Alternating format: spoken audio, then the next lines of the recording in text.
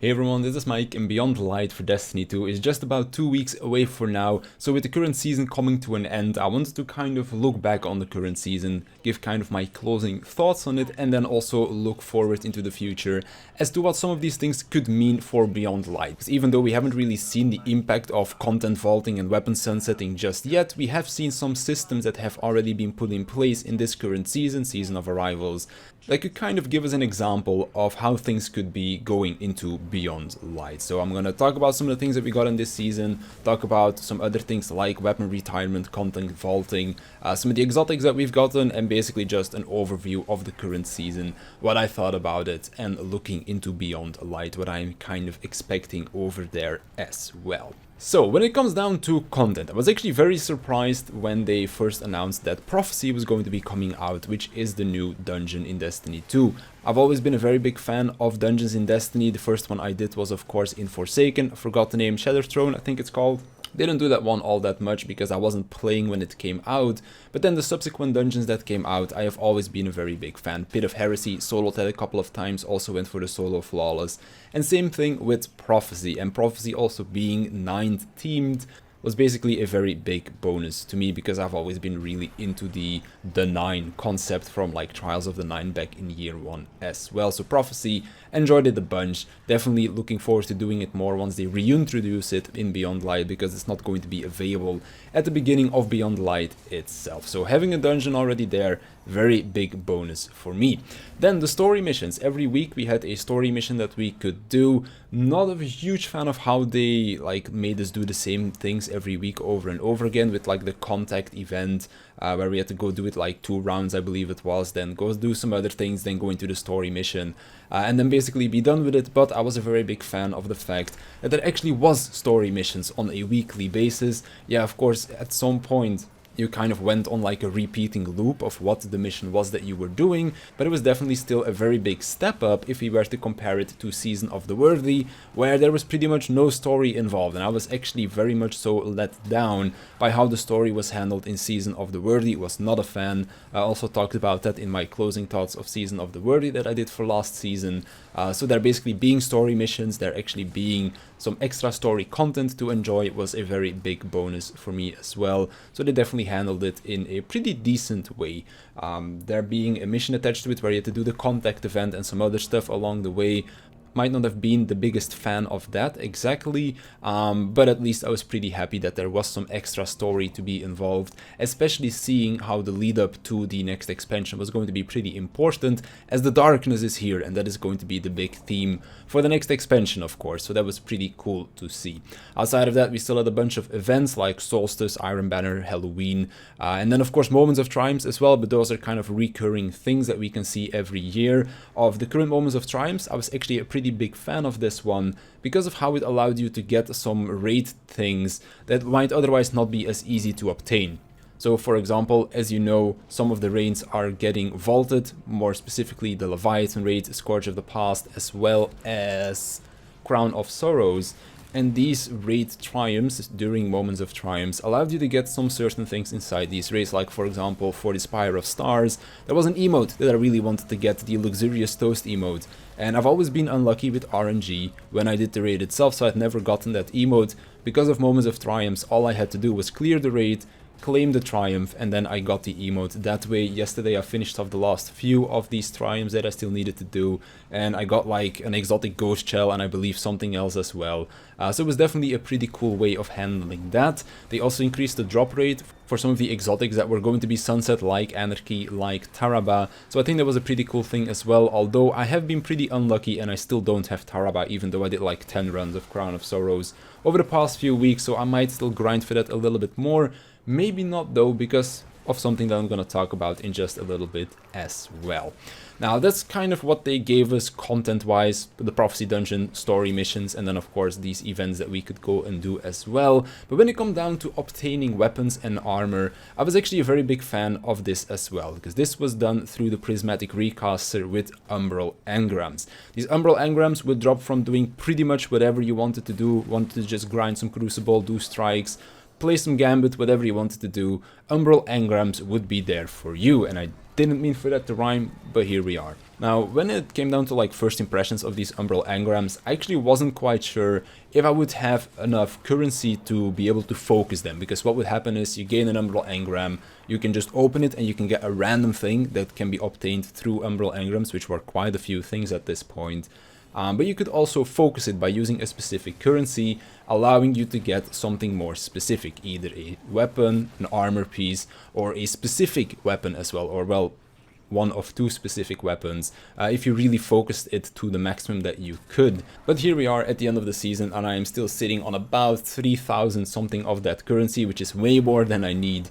So I've been able to focus as much as I wanted to. Now, the reason why this is a very good system is because of weapon retirement. Of course, every weapon and armor piece that we are going to be obtaining that is not an exotic is going to be retired after a year of use. Yes, you'll still be able to use it in your normal strikes, your normal crucible, your normal gambit, but when it comes down to high endgame activities like dungeons, raids, nightfalls, that kind of stuff, we won't be able to use our old weapons in there anymore, and we will need to look towards new alternatives for some of the existing things that we have already. And that is why I think the Prismatic Recaster was a very good way to address this, because it makes it very easy to grind for specific weapons, not necessarily for specific weapon rolls, but at least you'll be able to obtain the weapons that you are looking for a whole lot easier. If I obtain, let's say, 10 Umbral Engrams by playing for like a few hours, and then I can just go to the Prismatic Recaster, I can throw all of my Umbral Engrams in there and say I want this specific focused engram that will give me either the submachine gun or the shotgun, for example, and then I trade in those 10 weapons and then I get a 50-50. So let's say I get 5 SMGs and 5 shotguns, and then I can just kind of look at what rolls I have and which one I want to keep, which ones I want to throw away.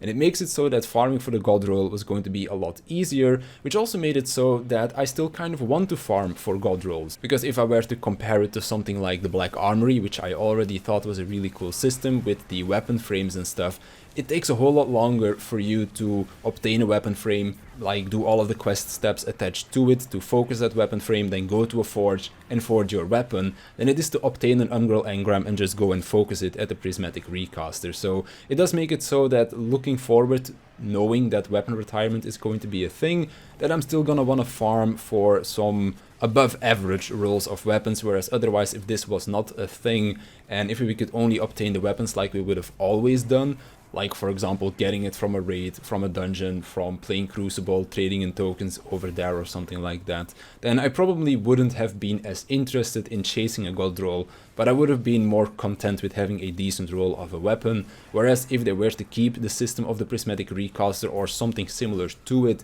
going into Beyond Light, I'll be more inclined to keep farming for a god roll, because it is much easier to obtain the weapons that way. And of course, not only weapons, but also armor pieces. You could roll armor pieces with a specific stat roll in mind, like for example, focus it towards recovery, and then you would get armor pieces that were more focused on recovery, and you could do that for the other stats as well, of course, which is a very good thing. Now, I do know that the armor system is kind of getting changed in the next expansion, which I don't remember all the specifics of, so I'm not going to talk about armors too much. But at least when it comes down to weapons, I have been a very big fan of this Prismatic Recaster. Now, let's keep talking about weapons and weapon retirement when it comes down to exotics, because a few planets are going away. For example, the Leviathan as well as Scourge of the Past are going away as well, which those have some exotics attached to it as well. And we can kind of already see how they're going to be allowing us to buy old exotics in the current game without there being a normal way to obtain them. Because of course the normal way to obtain, let's say, Anarchy is by running Scourge of the Past, but that raid is not going to be there anymore in Beyond Light, because Scourge of the Past is getting vaulted into the Destiny content vault.